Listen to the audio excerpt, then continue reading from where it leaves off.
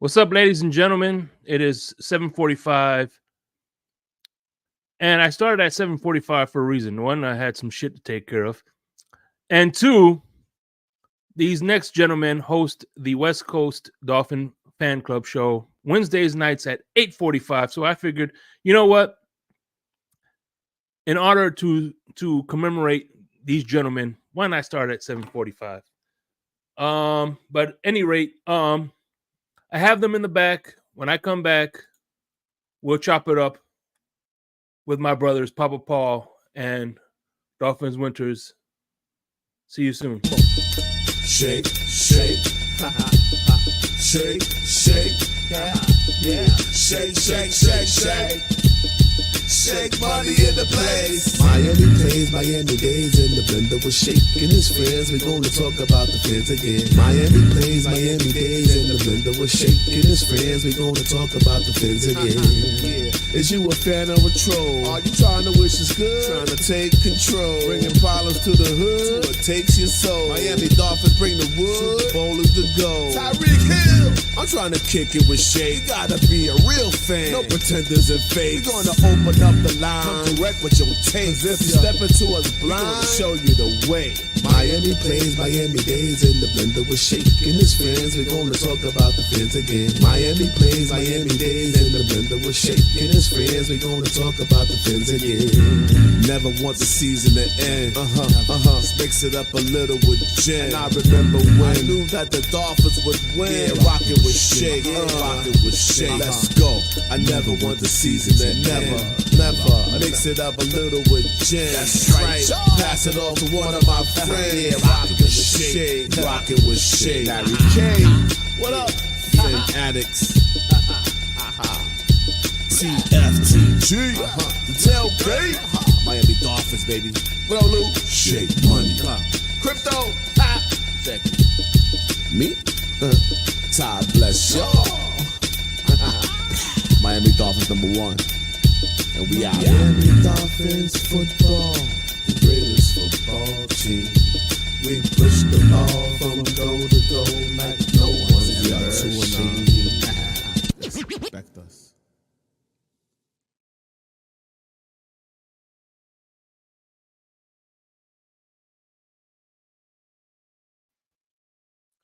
So what's up? Anyway, I got yes, Lucci for GM. Somebody's got to be GM. Good Lord, they're not signing contracts. So, Joe, what's going on? Fins up. Michael K. I never expect anything from myself. So, well, you know what? Me and you are eye to eye. I don't expect shit from me either. So, and if you do, call my 1-800 1-800 call my complaint department. 1-800 go fuck yourself and ask for a refund. At any rate, what's going on, Michael K? Though, love you, man. Hope you're doing good.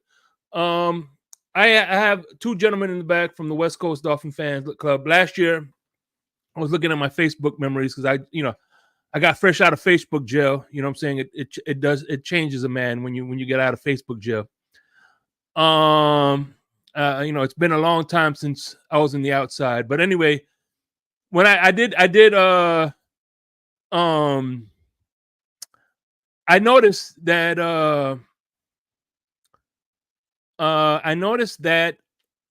a year ago, Papa Paul was in the blender. So this is like the 1 year anniversary. Go figure. So let me, with no further ado, let me introduce my brothers from another mother, man.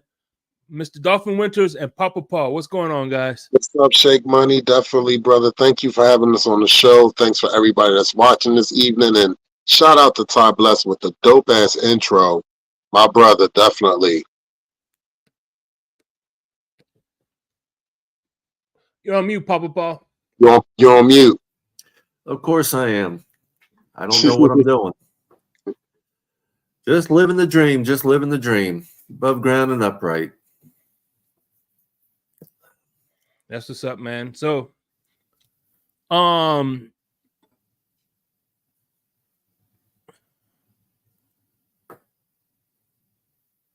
don't know what Chris Rear is doing, but I know what these two gentlemen are doing. So how you got? So let's get to brass tacks. Before we get to brass tacks, you wanted to say something? Yeah. Last night on WCFL Dolphins Talk, as we're discussing different things and everything, I said a word that I misused in the content I was saying. I didn't mean it like it was said. I sure as hell not going to repeat it again because it doesn't need to be repeated. And I want to apologize to anybody if I offended them. But it was not meant as a lot of people seem to have took it from what I gather. And I apologize. Mm-hmm. So, oh man, so it's been 1 year. All right, let's now that we got that out the way, and like you said, it was mischaracterized. It wasn't a word, but it was a you know what I'm saying. So Yeah. So you were there. Yeah. So at any rate, it's been 1 year. How's it? And you guys have been involved. You guys are now with Roku TV. You guys have like over a bunch of about 1,000 subscribers. How many?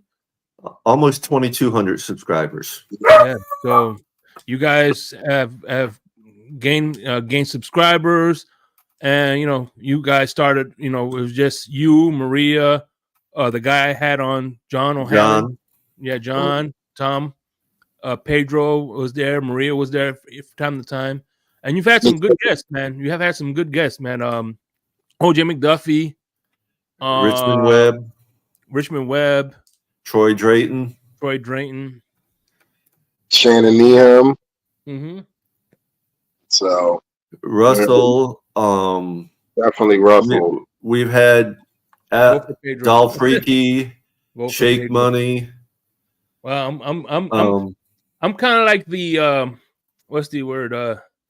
You extended family now, brother. So yeah. So it's like I'm like you're a regular co-host. Yeah. Or a non-regular co-host, however you want to see it. Yeah, I feel like I'm one of the crew. You know what I mean? Oh, you are. You are. Yeah. Hey, so you helped us out a lot. We appreciate it so much, Shake. Absolutely. Another shot of Patron down. Oh shit. Hey man. Y'all be home soon. I remember so let's recap, okay? Dolphin Winters, you became a latecomer as far as being a football fan, and Dolphin Winters, you witnessed the first touchdown. Did we correct it? Is that correct? The first touchdown. The first time touchdown ever made. He witnessed the first touchdown. Yeah, hey, damn, dude, I ain't that old. No, I'm fucking with you. I don't think he's got us backwards. I'm the one who's getting the old jokes usually. Yeah. I'll be, but on some real shit though. My memory goes back, and it's funny that you mentioned that. My memory goes back to recollecting and actually watching TV with my dad at 3 years old. And the opening monologue for the NFL today was some of the most deadliest tackles that you can imagine. It would be shit that you would see in a wrestling ring, literally, like the helicopter tackle, the clotheslines. You know how you see stuff like that in like the longest yard, like the movies and stuff. Yeah, that actually happened in real life. That wasn't no acting or nothing like that. Them guys was getting creamed. So I came through that era, and I remember just watching football, coming through the era, watching guys getting jammed at the front of the line, guys getting creamed in the middle of the field, quarterbacks getting like murdered. So yeah. Well, just like in the movie The Longest Yard, I think I broke his freaking neck. I think he broke his freaking neck. I broke his freaking neck. Yeah, man. That's how it was. Yeah, man. Yeah, now we have this era of football, which Oh man, listen. I love football. I just, I understand. You want to make it safer for the players. You want to put more points on the board. You want to make it more entertaining so people will tune in. I get it. The thing about it is you're still going to have some type of physicality in the game unless you're going to put flags on these gentlemen. Mm-hmm. And that's where we're getting. that's where we're getting to the point where any big play is like a 15 yards and like a warning of being ejected from the game. Like that's a part of the game. And I know those men are not deliberately trying to go out there and make the big hit or whatever, but when you, it's basically saying hitting a defenseless receiver, if I give him the give and go, or depending on what route he's running, and if I got him in my sights, I can't clock him as soon as he catches the ball, because if he catches the ball and I clock him, that's an automatic defenseless receiver.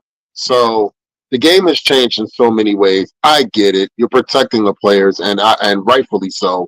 They're human beings. They have families to go to. I get it. But in the same essence, football is still a physical sport, if you like it or not. Yeah. That's why when they say when they put the injury clause on Tua, it doesn't matter if you have a history of injuries or not. Just because you have 10 years without injury does not mean that you're immune to injuries. Absolutely. You just haven't had the right, you know what I'm saying? You just take care of your body. You know what to do with your body. Your body is your temple. So if you sit there and take care of I'll give you a great example of an athlete that played in the league, and he's a Hall of Famer, and people don't like him or not, but you got to get his credit where credit is due. Terrell Owens right now at 49 is running a 4.7, 4.8 flat at 49 years old. Yeah. So that man, honestly, real rap, he is the epitome of someone that takes care of his body. Where he looks better. I'm gonna be honest with you. He looks better than some of these 20-year-olds out here. Yeah, that's right. Listen, I agree with you. Some of these guys treat their body like a temple. Me, I treat my body like a bar and grill. You and me both, Shake. You and me both. What's up, Adam Sadowski? My main man, Raphael Courtwright. And Raphael Courtwright was in the blender. That is one episode I recommend. He talks about his time in the Marines. Mm-hmm. So it is a must watch. I definitely want to shout out Raphael, and shout out a lot of the people that watch us on Wednesday nights, and a lot of the people that's normal and regulars on the TFTG, especially Michael K. Michael K, I know you're watching this, brother. Our podcast is completely opposite from TFTG. I would love to have you on. We've had Red, White, and Bills on there. We've had a few Bills fans on there. We would love to have you on there and just talk just football. It's not no bashing or nothing like that. The actual door is open for any fan base within these next 5. Actually, any fan base can come through. If you want to come through and you want to just talk football and talk about your future, the past, the present, and different things like that, we have no problems of having anybody from another fan base come on our podcast and talk football, because that's what we do. We talk football. Yeah. What's up, Chef Jew? Michael K with not talking trash is like Snoop Dogg not getting high. But you know what's funny? Like, look, I know that's his nature, but like seriously, like we've had people come on our show and they said, "Man, it's so peaceful, it's so therapeutic," and that's what I wanted. That's what Paul wanted, and everybody. We wanted to be therapeutic for you to be able. So your opinion is not getting shot to shit. You're not getting fucking creamed. You're not getting screamed at. We might have a crack a joke here and there, but you're not yelling over one another. We're not doing it. We'll let you talk. Different things like that. So it's a beautiful and relaxing nature. And I wasn't going for that shit anyway. And Paul will tell you personally that I was not, when we decided to do this podcast. I said, first thing first, Paul, I'm not. I work at a mental hospital. I deal with society mental stuff every day, like everybody else. The last thing I'm doing is doing a podcast, and it's mayhem. I'm not doing that. So that was the agreement amongst all of us. And and we've only had, like we said, we've only had one guest. We had two. It wasn't even Big Nick. It wasn't even Big Nick. It was Anthony. Yeah. So Big Nick did come in the one time. There you go. Starting off real. There he is. What's up, Anthony? How you doing, buddy? All right, here we go.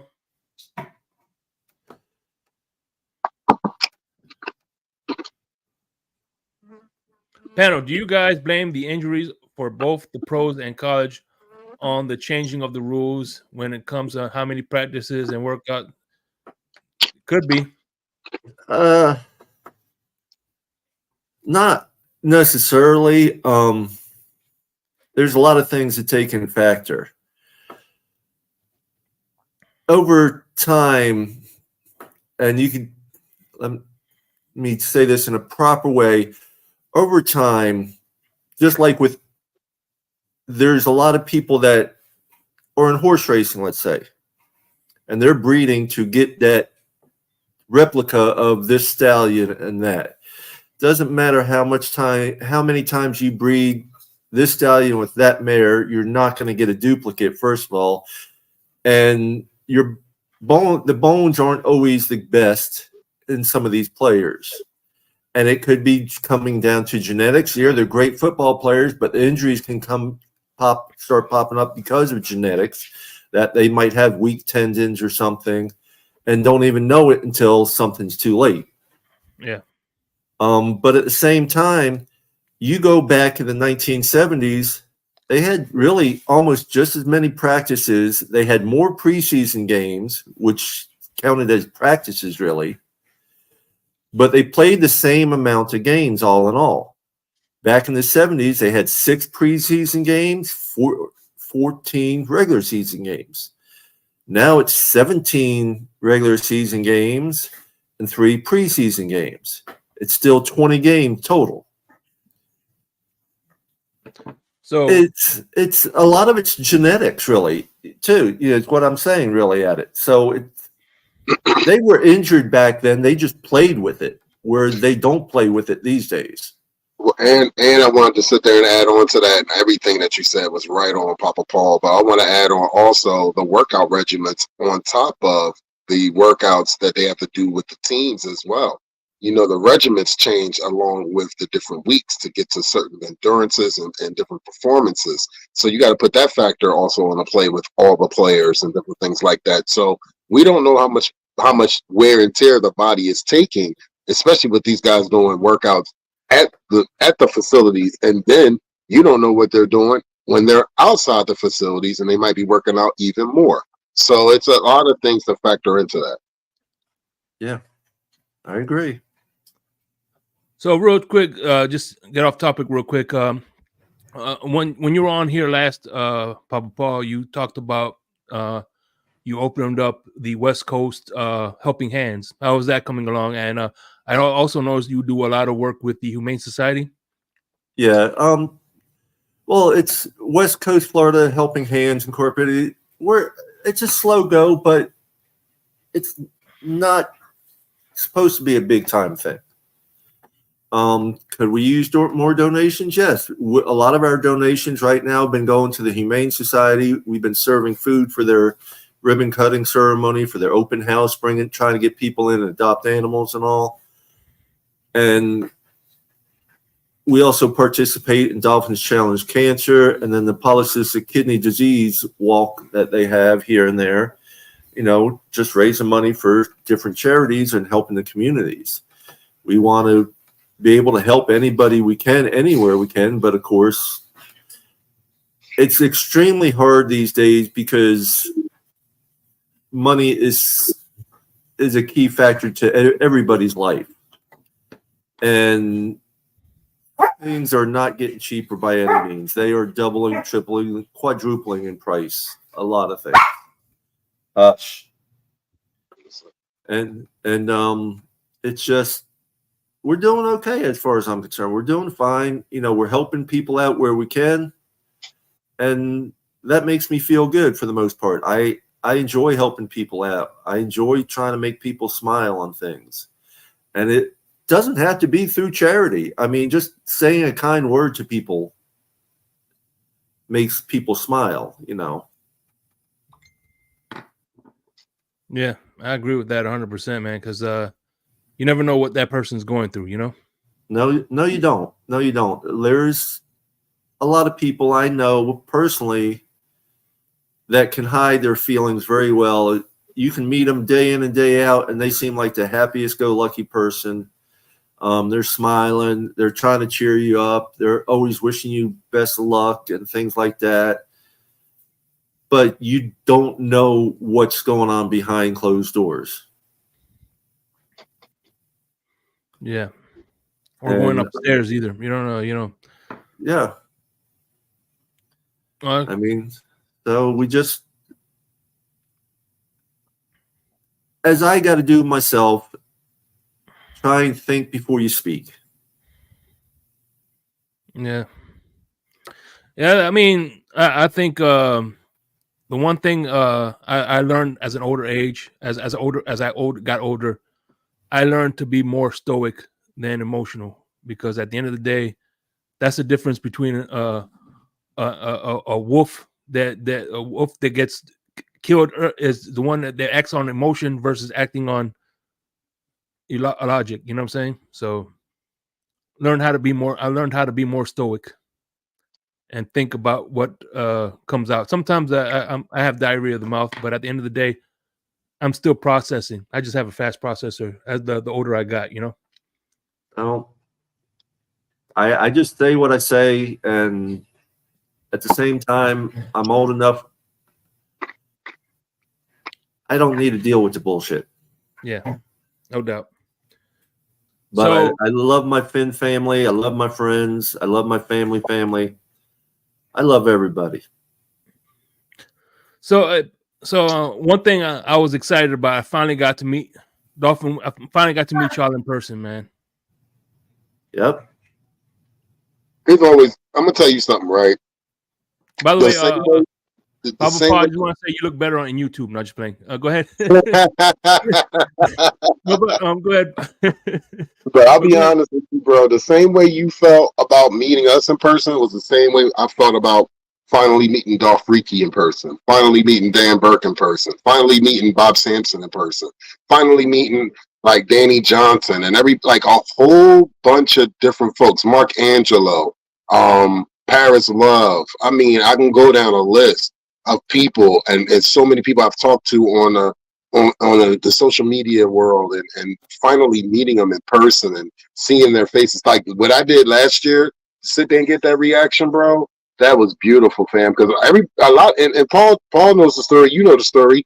Nobody knew I was coming to Fan Club Weekend last year. Nobody had a clue, and I wanted to keep that quiet. Even Ali had no idea. Stephen D had no idea. So none of them cats had no idea that I was going to be down there. So to get that reaction and get that love, bro, it means a lot. So the love is the respect and love is mutual, Shake. I've always wanted to finally meet you, and I'm happy that we got a chance to meet. And I'm looking forward to seeing you this season too.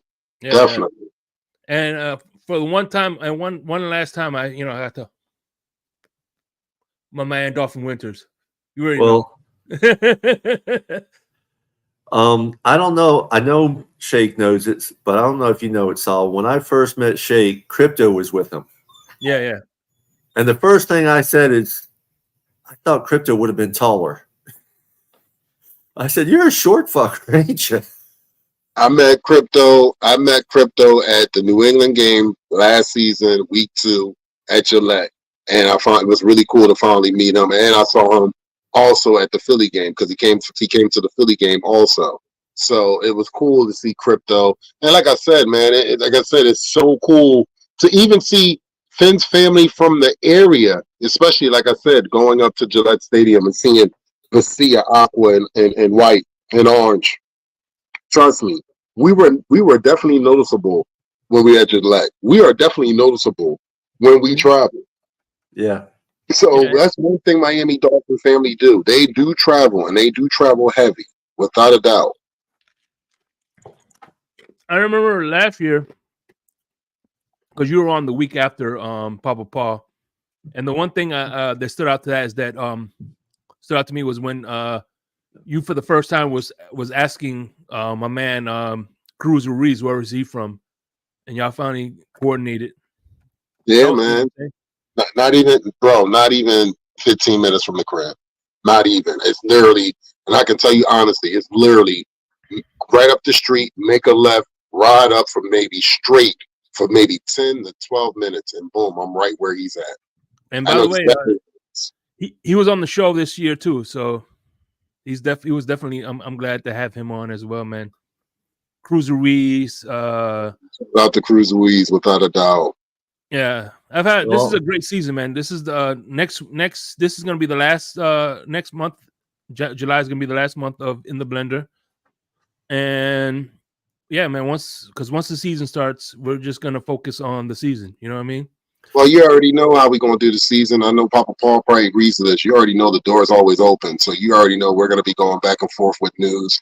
We're going to be on our regular shows Wednesday nights at 8:45, and then the Roku shows on Saturdays 6 to 7, Sundays 9 a.m. to 10 a.m., and Mondays 5 p.m. to 6 p.m. So you already know, y'all know the door is always open for all you guys to come through, especially the TFTG family. So I'm definitely looking forward to it. And the Sunday home games will be live at tailgating. So, yeah. So this last month, I'm gonna end it with my man Larry K, Pamela, Crypto, Cat for Life. I got my man Dade. I'm working on him to come in. He's from Twitter to come in. I got Gorilla. I'm working on with Gorilla Luke and Dolphin Doll.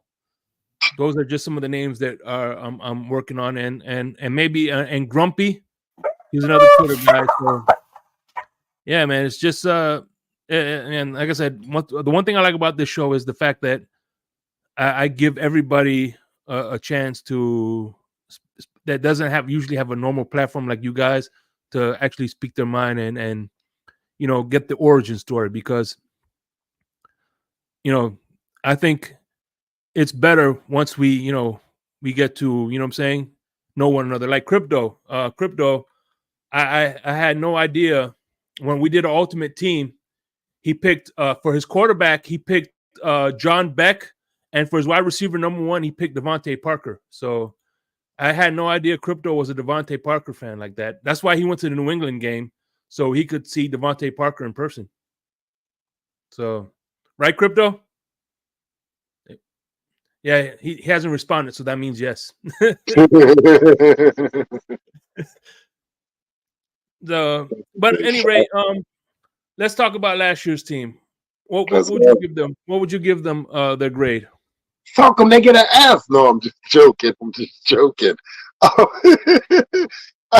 I'll say this: with all the injuries that we've sustained and everything, and with all the ups and downs, and I'll say this: overall, I'm gonna give us a B.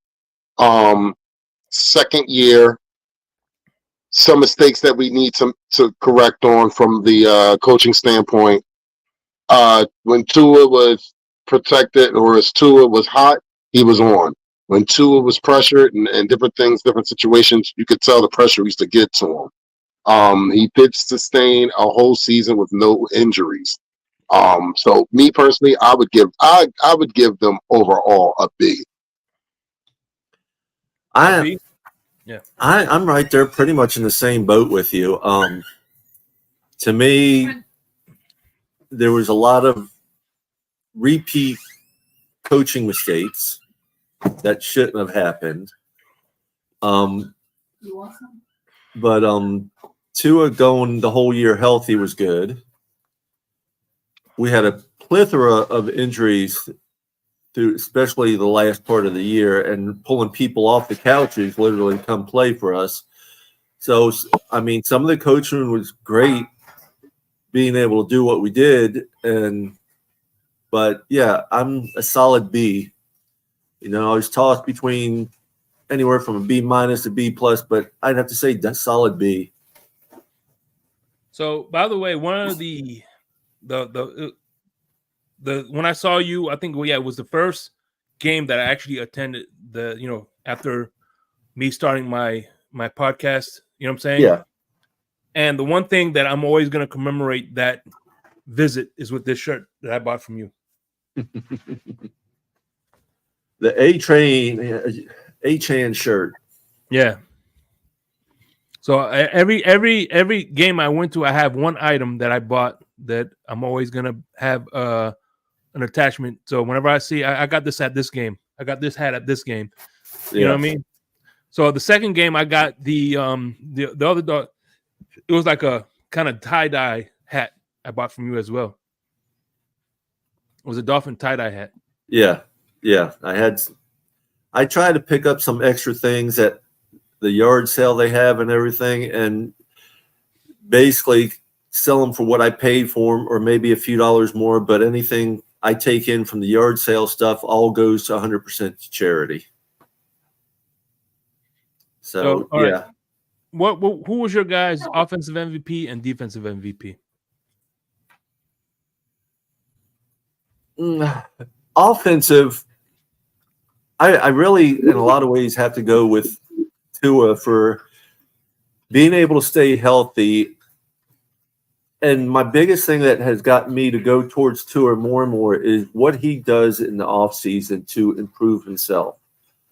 And last year, he did things to try and help prevent himself from getting injured, which, as of last year, proved good for him and stuff. So offensively, I have to say Tua.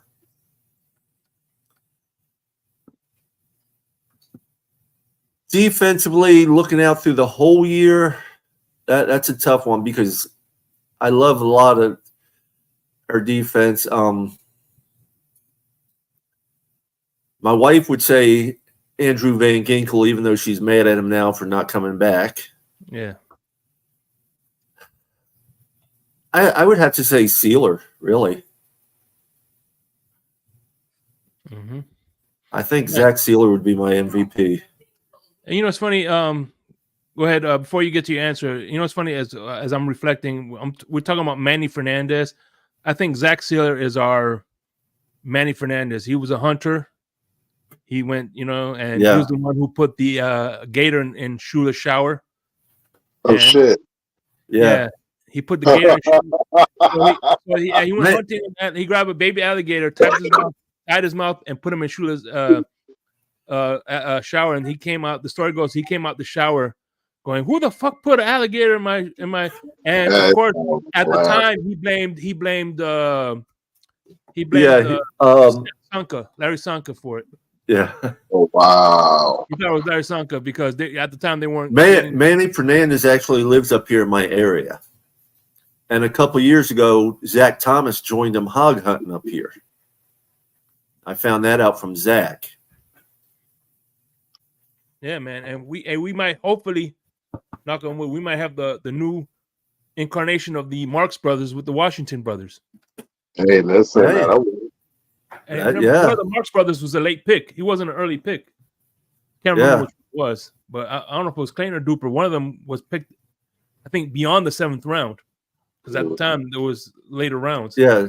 Back then they at one point they had as many as 14 rounds.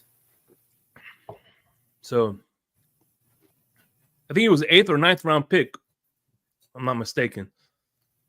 You know, I could see that happening, really. But Saul, I want to hear your MVPs. So for offense, I'm going to go with the gentleman that you got to get praise to, the one that just broke the running back record for the Miami Dolphins, Mostert. I'm going with him because he was a workhorse for us this whole season. He hit holes when he needed to. He did those breakaway tackles when he could, and he showed that the vet still had it in him, and he showed improve. For the defense, I'm just going to say it's like a collaboration of, I can't just pick one person. Because we have had a lot of different defensive plays throughout the season that sat there and helped and saved and either kept us in games or saved games for us. So I'm going to say on defense, if I have to pick one,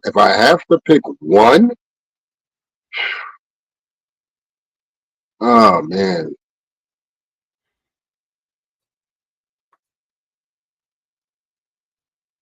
It's Shake's favorite player. Yeah, I was about to say this. It's sad to say this. He's not with us anymore. Christian Wilkins. Mm-hmm. He showed promise, and he did sit there, and he did improve a little bit from his previous season.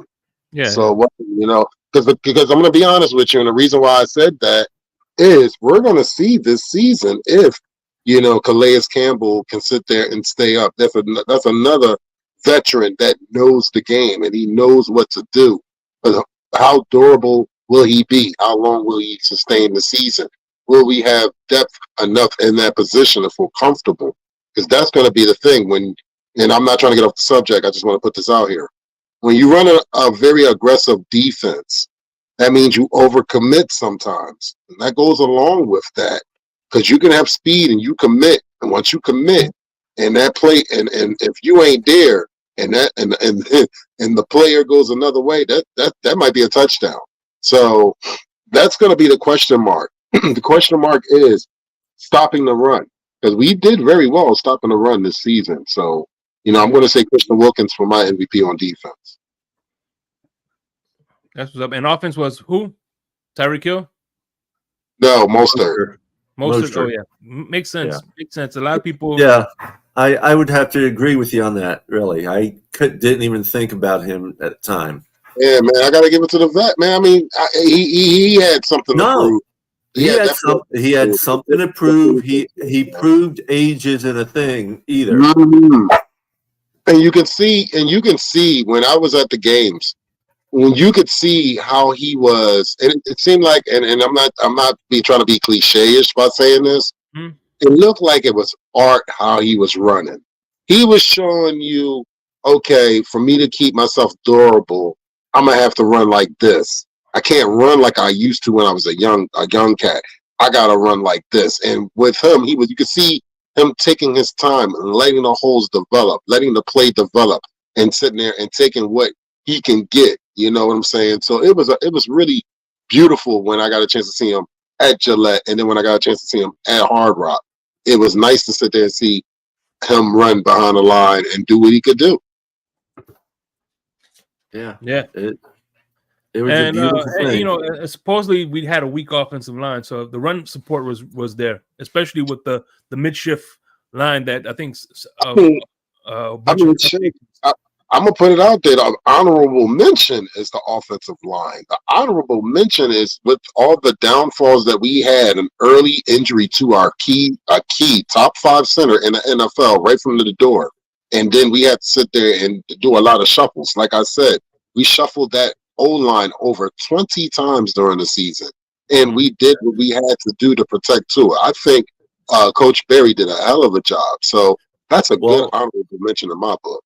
That and Coach Berry being an honorable mention himself, because what he was able to do with our offensive line.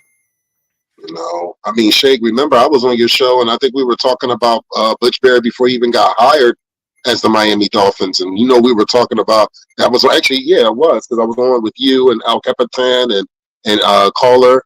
And I remember sitting there discussing, like we were discussing on the how he was as a Denver Broncos coach. And we were like hearing that, we were kind of pessimistic. But then to see what he's been doing for us, I'm excited to see what he's going to do for the new season with a fresh, healthy batch on the O line. You know what I mean? So I'm definitely props to him. So what you guys think of the schedule release, man? What games are you guys looking forward to see? And I know Papa Paul, you do the watch parties, right, for the away games. Which one are you most looking forward to hosting? That's tough. Are you gonna be doing the Thanksgiving game or no? Yeah, we'll probably be doing the Thanksgiving game. Well, I don't know yet. I have to discuss that with the queen of the house. Man, you better. I got to discuss that with the queen of the house before I say we're doing the Thanksgiving game. Yeah, you better, boy, because you might be. Hey, she was willing to let me go up to the Black Friday game last year, but I couldn't pull it off. We're leaving the day after Thanksgiving. Yeah, that's right. We're leaving the day after Thanksgiving, so probably won't be doing a Thanksgiving game watch party. All right, but which game are you guys looking forward to the most? Then, week 2 against Buffalo, Thursday night. Well, as far as watch party, I'm going to say the Green Bay game. Really, that's Thanksgiving. Is that Thanksgiving? Yeah. Well, I'll just be watching it. That's a game I'm looking for. But as far as in person and all, I really have to say week 2 Buffalo, because Saul's going to be there. me, Saul, and John are going to do a special live show at Tailgate Thursday evening. So that's going to be a good time, I think.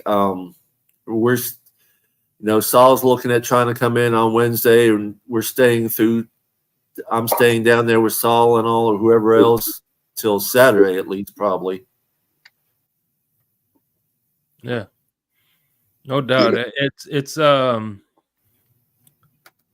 I'm like I said, week 2 is going to be good too. But I'm going to the Colts game, and I'm going to be at the MetLife Takeover in January. So that's going to be another game I'm really looking forward to is actually the San Fran game, December 22nd. Well, go ahead. My best friend Darren, who's always been there for me whenever for anything, for almost be 29 years this coming October, really. He's coming into town on like the 20th. And he's going to go to the game with me and then also spend Christmas with us and everything. So I'm really looking forward to that. Are you going back to the Boston game to see your boy Ralph? You're going to Russell? Patriots game, Russell? So I'm not going to be able to go to the New England game. That's another thing. I'll start from the top. For me, as being from Philadelphia and being a Dolphin fan, I looked at the schedule and I was really pissed. Because, I had plans on trying to go to the Seattle game. I had plans on trying to go to the 49ers game. I had plans on trying to go to the Green Bay game. And when I seen how the schedule was laid out, I was like, there's no way. So, I'm happy I'm able to come down for the Buffalo game, and I'm happy I'm able to come down for Fan Club weekend. But it would have been so much trying to fit in that New England game in between. So what I already said is, in between the 2 games that I'm going to, week 2 and then a Fan Club weekend against the Arizona Cardinals, I'm going up, I think, the bye week, and we might have a special WCFL Dolphins talk just dedicated, because we'll do a Roku hour and then we'll go on YouTube and go on for however long we're going to go on for. So, I'm going to talk it over with Russell first and foremost. Plus, the reason why I'm going back up there is because I want to check out if the Sixers play the Celtics early or any, you know what I mean? I want to try to see the Sixers go against the Celtics, but we'll see how that plays out. But, All right. Yeah, the one thing I hate about last year is like you try, especially people that you try to plan around the games. It's like they're holding it hostage until it's like a puzzle. It's like they dropped the puzzle. Now you gotta oh damn it, this piece is here. Well, it's like I was actually looking at going out to Houston for the Houston game, but that's on December 15th.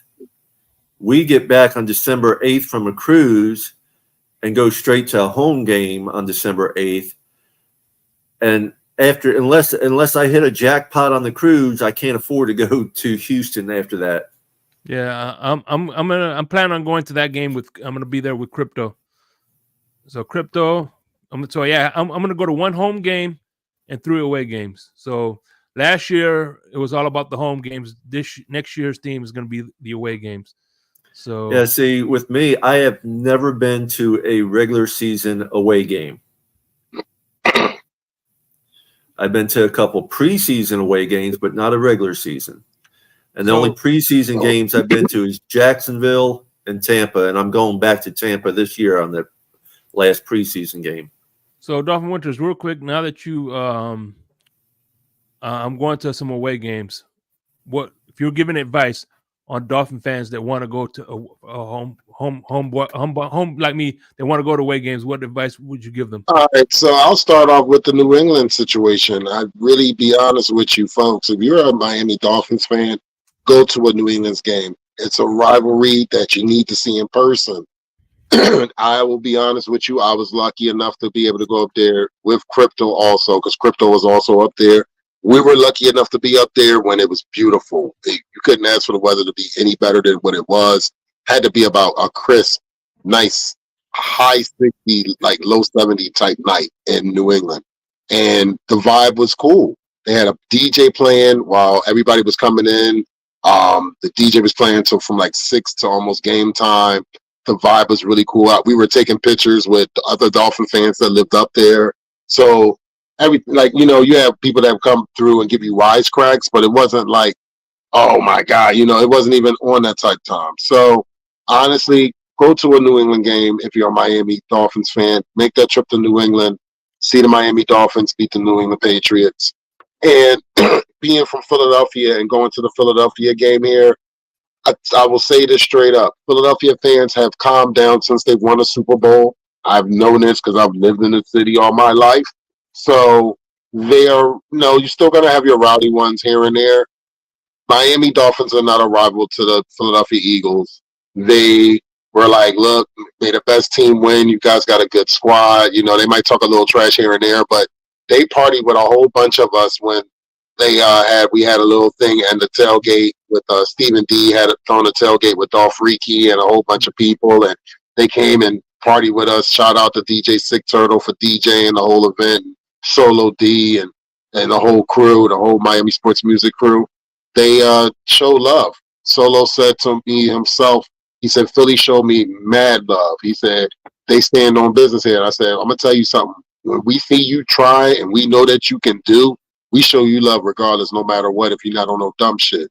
And that's what it was. It was really cool. It was a good vibe. And we'll see them in 4 more years in Miami. So, and the Baltimore game. Yeah, but the Baltimore game, I was at the Baltimore game when we came back. And I'm going to be honest with you, to sit there and walk out of that stadium, coming back from that many points to win the game, it sounded and looked like a funeral. You could drop a pin and you couldn't hear nothing. When I say nothing, they were like, y'all act like y'all just won the Super Bowl. We were like, we never beat you guys in this stadium, ever. So that's why we were rejoicing the way we were. And we had every right to come back from that type of deficit to win that game. Yeah. Hey, by the way, I want to point out that wasn't the game that we celebrated the most beating Baltimore. It was that 1-15 season. That was when we celebrated. Yo, yeah, I wish I would have been at that game. Seriously, but that Baltimore game was just, and it's an epic game, and especially for like you saw being there, it's one you're never going to forget. I was sitting next to Crypto. And Crypto will tell you the whole story. That was probably the first time I met Crypto in person was the Baltimore game, because I was sitting right next to Crypto. Yeah, I remember, but I'm just saying it's one you will never forget. Oh, listen, man, it was. Listen, shout out to the Valley Phin-Addicts. I sat with that whole section. Stephen D was a couple seats from me. Solo D was like literally a couple seats from me. We all sat and watched in awe of that whole. To sit there and sit all the way up at the top of a stadium, and you see the thousands of Dolphin fans that came out and see us rejoice. Mm-hmm. And then hear a pin, literally, those people were celebrating, dancing, jumping, and then within minutes, the crowd goes quiet, and all you heard was us rejoicing all throughout the stadium. They couldn't say nothing to us. That's just like the Miami Miracle game. Oh man, I was on a cruise ship during that game. And I'm in the sports bar, and it's packed in there, and people are watching. And, the last 20 seconds or whatever, New England fans are leaving. Oh, it's over with. It's over with. It's going.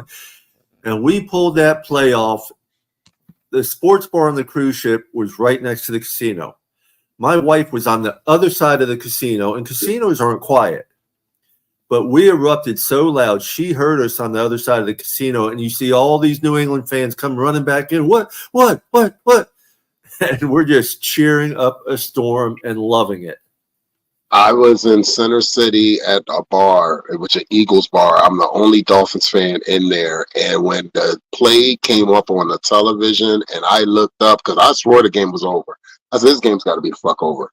And I sat up and watched it. And every fucking Eagle fan cheered for me.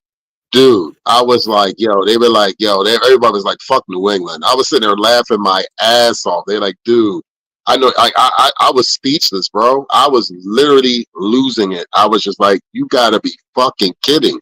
Like when you see something like that, you just can't believe it. And to this day, I still can't believe it. Well, it's like I said last night. How many times and how many teams have you see try to pull off a lateral like that to score that winning touchdown? The funniest part, go ahead. No, I was going to say, and not get it done. The funniest part about it is that they practiced that as the last play at practice before they stopped practice for the day. And they say they practiced that play just to practice it. And it just so coincidentally, they had to call that play. Yeah, I do remember that story, yes. And yeah, it's just amazing because you don't see it happening because you can't control where people are on the field a lot of times. Mm-hmm. And so that's why it doesn't really truly happen more often. And it just happened to be the best part is he doesn't have the angle. Oh man, I was losing it. I mean, you talking about jumping up and down? I was jumping. Man, I love Gronk as a person. Gronk is hilarious. But when they said he doesn't have the angle, and it was like just started screaming, everyone. Oh man. So, all right, let me ask you all this on the spec question time, real quick. Okay. If Miami was to go to Austin and become the Austin Dolphins, just like how the LA Rams went to St. Louis and then back to LA again, they stayed the Rams, and the Chargers went to LA and stayed the Chargers. If Dolphins went to another city, would you still be a Dolphin fan? I'll be a part of the Austin Dolphins. That's all I know. I know that. I would have to say, yeah, because I've been a Dolphins fan for 50 plus years. I mean, why am I going to change now no matter where they go? It'll be 30 years for me this actual season. It'll be 30 years. So, I mean, just because they move doesn't mean you have to change teams. Mm-hmm. Am I going to miss being in Miami? Hell yeah. I guess we're going to be going to Austin. I'll be making travel plans. Shit, bro. I mean, that's just what it is. You know, I got friends in Texas. That's what's up. All my exes live in Texas. And real quick, I'm gonna get to one of the questions I like to ask is, what is your favorite game day food? But before we get to your favorite game day food, you have to. What's up, y'all? This is Chef Jew. Looking for a great chef for your next catering party, private party, office party, etc. with welcome watering meals and desserts? Let Chef Jew Catering and Sweet Treats take care of it for you at an affordable price. Call me at 786-804-8096. Also, reach me at chefjewcatering@gmail.com. Direct message on Facebook and Instagram at Chef Juice Catering. Chef Juice Catering and Sweet Treats, food with a passion. We do it all. Yeah, so shout out to Chef Jew. Hell yeah, Chef Jew. So, what is your game day food that you like to eat? Go ahead. All right. Go ahead, Paul. Go ahead. I mean, honestly, I don't eat a whole lot during tailgate and stuff. Because especially if I'm anywhere at the house watching the game, I won't eat because I'll fall asleep in the chair. I mean, I get tired. But as far as I either really chicken wings or pulled pork. And I'm not talking about my own pulled pork. You Dolphin Winters, what's yours? So for me, I'll say this. I'll break it in two because I want to give a shout out to somebody also. So for me, just up here, if I was going to like a Buffalo Wild Wings or something, definitely either boneless wings or wings, or order of potato skins with mozzarella cheese, or just regular fries with mozzarella cheese and ketchup, and definitely a double of Captain and Coke to go with it with a side of water. And that would probably be the drink of choice all the way through the game, depending on how good the game is. Now, if it starts getting out of hand, I'm going to probably ask for a couple more Captain and Cokes along with no food afterwards. There you go. That's what I'm So, sipping on now. So you know, Yeah, I mean that's. I think all three of us usually drink a lot of Captain and Coke. absolutely. Um, Absolutely. Yeah, that's my go-to drink when it's as far as a mixed drink is Captain and Coke. Well, I actually use Diet Coke or Coke Zero. Man, the thing I like about Captain and Coke is refreshing. It doesn't. It's not like whiskey or Hennessy where it makes you sweat like a motherfucker. It's oh no, and also put Crown Royal. But don't, ladies and gentlemen, if you are watching this, do not make the mistake and decide to start drinking salted caramel Crown Royal like it's water, because it doesn't end well the next day when you're sweating like you ran 5 marathons just taking a few steps walking through the tailgate. So yeah. I won't ask if that actually happened to you, Winners. that actually happened to me, sir. I will definitely say that because oh man, whew. No, I mean when we're tailgating at a home game, I might have maybe a little sandwich or something if I didn't eat any breakfast. Otherwise, I have maybe 2 or 3 beers, 2 or 3 waters at tailgating because it's Miami. It's hotter than Hades down there. Absolutely. And when I get into the stadium, I just drink. I get a refillable soda and I drink that, usually Mountain Dew, the rest of the game. So Because if you haven't seen the news, Miami's got some of the highest priced drinks and all for a football stadium. Phew, you ain't never lied. You ain't never lied. I don't know who's worse. I don't know. I don't know if the Hard Rock is worse than Citizen Bank Park because they charge you damn near $18 for a Captain and Coke. damn. I Yeah. haven't done an alcoholic drink. I've gotten a beer at the stadium, which is $11 a beer at Hard Rock. But Go ahead. I haven't done an alcoholic drink, even though I have the bar right behind me, which you know where it's at, Saul. Absolutely. Shake. They gotta pay $200-300 million players, and they just paid a pitcher also recently. So they gotta make the money up some way somehow. So them concession stands, and it's just like Hard Rock, no cash, all credit card. Damn. So last but not least on the spot questions, being that you guys are doing interviews, if you had a chance to do this, both of you could ask this, you guys could come with 3 concise questions, all right? Mm-hmm.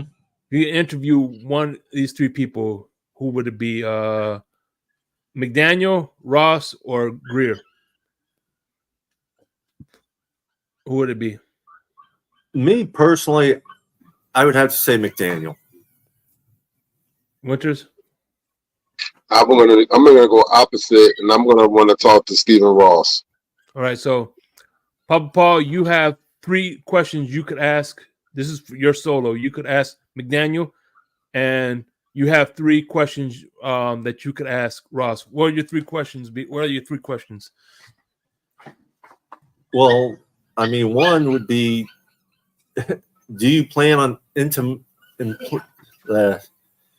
using the tight ends like tight ends should be used this year, which would be pretty much equality with the receivers, some tight end, like 33% tight ends, 33% receivers, and then 33% running backs. Whether it's running or passing, I don't care, but are you going to split it more equally instead of like the 90% receivers you've been doing? That would be question number 1. And yes, you hear all the little yippers in the background. Question number 2, I'd want to know if he's truly gonna stick with the run like he's been noted for, or is he gonna keep backing out every time he thinks the pass play would work and everything when the run has been working properly? I mean, I know these are vague questions and all, but Yes, they're your question to ask. You know. And honestly, I'm gonna ask him what's his game plan for the year. What is his all-out game plan? I don't want to hear winning the Super Bowl. I want to know your actual game plan. You know, are you going, just trying to make the playoffs, or are you going to take it week by week, or are you actually going just to you're going to the Super Bowl? There's no game plan, Mm-hmm. My answer, I would hope to hear from him, is that he's going to take it week by week, day by day. Yeah. Nice. Winters, your turn. So the first thing I would ask Ross, if I could ask the question, would be, was the tampering and everything worth the loss of draft picks and such?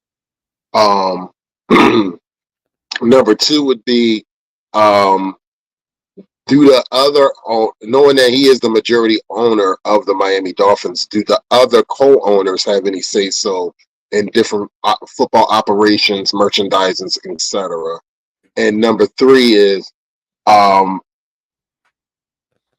eventually one day the Miami Dolphins will be passed down. Do you have a predecessor? And if you do, would you actually sit there and put that person out there, or you would keep it solid? What's going on, Lewis? What's up, Lewis? What's up, brother? How you doing now? Good to see you, my brother. Yeah, man. Good questions, man. I mean, yeah, we have, it is what it is. I mean, I definitely like the tampering question because, you know what I mean? What was he, I mean, I would go so many different directions just with that question. It's so many, you can outbranch so many different questions from just that question alone, so. So, all right. Before we wrap this up, man, it's good. One thing, first and foremost, I said, let me thank you for your time, and number 2, thank you for opening your doors to me. I appreciate you. Hey, Costa Nostra, man, thank you, man. Appreciate you for coming in and showing. Costa Nostra is a dude who definitely shows love and support. Right, my man right here, this man right here, Lewis. He definitely. Thanks up, Lewis. He's been a big. He's been a big whatchamacallit, a big I want to say big shoulder, big shoulder to lean on, and he's been definitely somebody who's helped me along the way, and I you know what I'm saying, just like you guys. His support means a lot to me. Well, family, like Papa Paul said, and I'm going to say it again, man, we thank you also for helping us out. So, if it wasn't for you, a lot of this wouldn't have come about. So we appreciate you, and we appreciate you also as like I said, you are Phin's family. You are also a part of the WCFL family also. So it's love is love. We respect y'all very much so. TFTG is always a part of the WCFL Dolphins Talk family, and y'all already know at any given time, y'all know y'all can come through at any given time. Everybody, like I said, that's on this platform, that's watching us and listening to us, please come and watch us at 8:45 on Wednesdays, or one of the days on Saturdays, Sundays, or Mondays, and come check us out. And if you ever want to come on, Papa Paul always puts the links up, and we always is there, and we always try to keep it at a sensible time, because on our weekend shows and Monday shows is only an hour. So, all right. Here's the question of the day. What is your guys' Dolphin Mount Rushmore? Oh man, you want to go first, Paul? No, I'm letting you go first on that one. I got to think about this for a minute. All That's right, so I already said that I'm 30 years in, but I am going to use Miami Dolphins history. So just for me, this is just for me. Mhm. It would have to be Marino, John Rick, Beck. No. Ricky Williams, Uh-huh. um, Zonka, and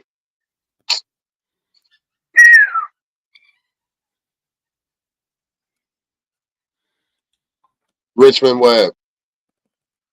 So yeah, Marino, Ricky, Webb, and Zonka. Not Mm-hmm. bad. Two of okay. the big running backs in the industry. And one of I'm the in best there. left tackles. Yeah. I'm in there a little bit. And by the way, it doesn't have to be players; it could be coach or owner. Well, that's where my thing was. Shula for sure. And thank you for the comment, Lewis. Appreciate you, brother. Shula for sure. Marino was really one of my big time favorites for the years, and I still say he's the GOAT. He just never got the ring. He's, I love Marino. Zonka was in there. I mean, there's so many of them that I could choose, but if we're only going 4, on top of that, because you got the coach, you have the quarterback, you have the running back, and then really off Richmond Webb. I would have to agree with that. I mean, there's other players I could see up there as well, but those 4 are the ones that stick out to me 100%. I mean, I even back in the day, I mean, if you wanted, you could break it up into the first 20, 30 years or 25 years and the second 25 years or whatever. But Mercury Morris is one of my favorite players. But as far as Mount Rushmore, I would have to, Coach Shula, Marino, Zonka, and Richmond Webb. Not bad, not bad. I mean, Marino was right off the bat. That's a gimme, really. Yeah, that's pretty much the consensus. Mount Rushmore is Marino. Yeah. All the fans I've had on here, that's the consensus. Mount Rushmore is Marino. Well, I don't know how you couldn't put him up there. I mean, you'd have to be just not like the man or something to not put him up there. So, yeah, one of my favorite. I say I'm not biased. I mean, everybody's Mount Rushmore, but I think the one that I kind of aligned with was Mike Oliva from the Dolphins Talk was here, and his was what is it? It was Shula, Joe Robbie, Dan Marino, and Sanka. That's not bad at all. No, I mean, listen, none of them are bad. I don't care what. That's what that's why I like about doing this exercise. When I did the Ultimate Team last year, it was your team. You know what I'm saying? But this year, it's like, hey, listen, it's Mount Rushmore. Whenever somebody does a Mount Rushmore, it's the lens of the fan to see which pieces are more important to you. You know what I'm saying? Yeah, they could do. I had one who did Tua, Jalen Waddle, and you know what I'm saying. So it is what it is, And that's how you look at your Mount Rushmore. That's how you look at your Mount Rushmore. That's the whole point. Is it's designed by you're the artist when you're doing the Mount Rushmore. You know what I mean? Yeah. It's one's opinion. Just like when with our show, when we're talking, we each have our own opinion. Right. Are we right? Are we wrong? No, it's our opinion. And we've learned to disagree with each other a lot of times. I'll say this on that, and I'll piggyback off of that. Sometimes I don't want my opinions to be correct. Exactly. I'll play the other side of the coin. I'll play the other side of the fence just to sit there and just to say, well, look, this could happen, or what about this, or what about that? I don't want it to be true, but the fact of the matter is it could be a possibility. So like you said, it's an opinion. You don't. Some of your opinions you don't want them to be correct because it could be detrimental to the team. Mm-hmm. Yeah. I mean, exactly. It's just like every year. We hope and pray there's no injuries, but there's always an injury, and you don't want this man or that man getting an injury, but you don't want anybody getting an injury. But injuries happen, and 9 times out of the 10, it's going to happen to a person you really don't want to have an injury. Yeah, and it sucks.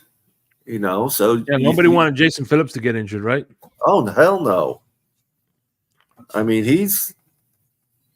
Oh, that year, what's that? The year before Adam Gase came, nobody wanted Cameron Wake to get hurt, and that especially against that New England game. So yeah. Well, I tell you, when it comes to injuries, medicine has come a long ways. Mm-hmm.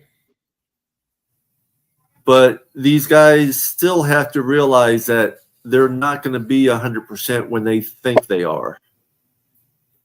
Because it takes time to get everything rolling. You may be 100% as far as physical therapy goes, but then you got to get back into the game and get the gist of it. And I can't say for certain, but like in my mind, there's always going to be that little lingering in the back of my head. Okay, I got to watch what I'm doing. I don't need to get injured again. Stuff like that. And honestly, if they don't think that, then they got to be thinking that because, in a sense, they want a good career. They don't want their career short short. And just like if someone's, in a situation, whether it's in the Army, Navy, in the military at all or anything, or an accident, and someone asks you, well, were you scared? No, I wasn't scared. Well, that's bullshit. Don't be scared to say you're scared. Mm-hmm. So, with that being said, man, what are you guys' final thoughts, man? And I appreciate you for coming up here, man. Oh, we appreciate you, Shake. Yeah, we appreciate you first and foremost also, brother. And like I said, we appreciate your platform and everybody that's here. My final thoughts is I am excited to see what this team is capable of in 2024. The door can be very, very close to being shut if we don't get it done within this year or maybe next.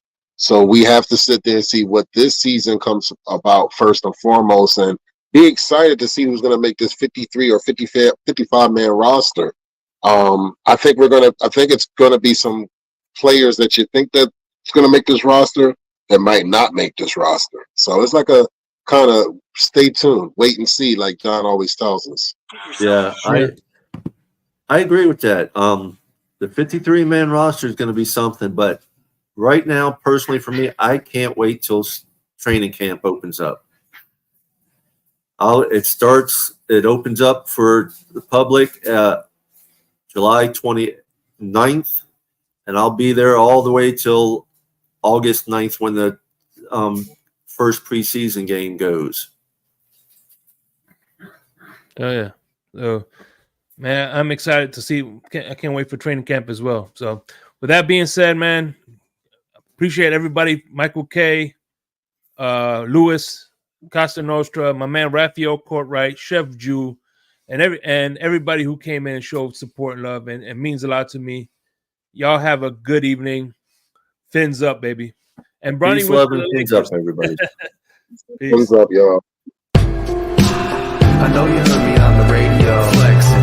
She loved the sound of my voice, it's the best thing. Daydreaming of the jazz all day. Pick up the phone late night with Larry K. I know you heard me on the radio flexing. She loved the sound of my voice, it's the best thing. Daydreaming of the jazz all day. Pick up the phone late night with Larry K.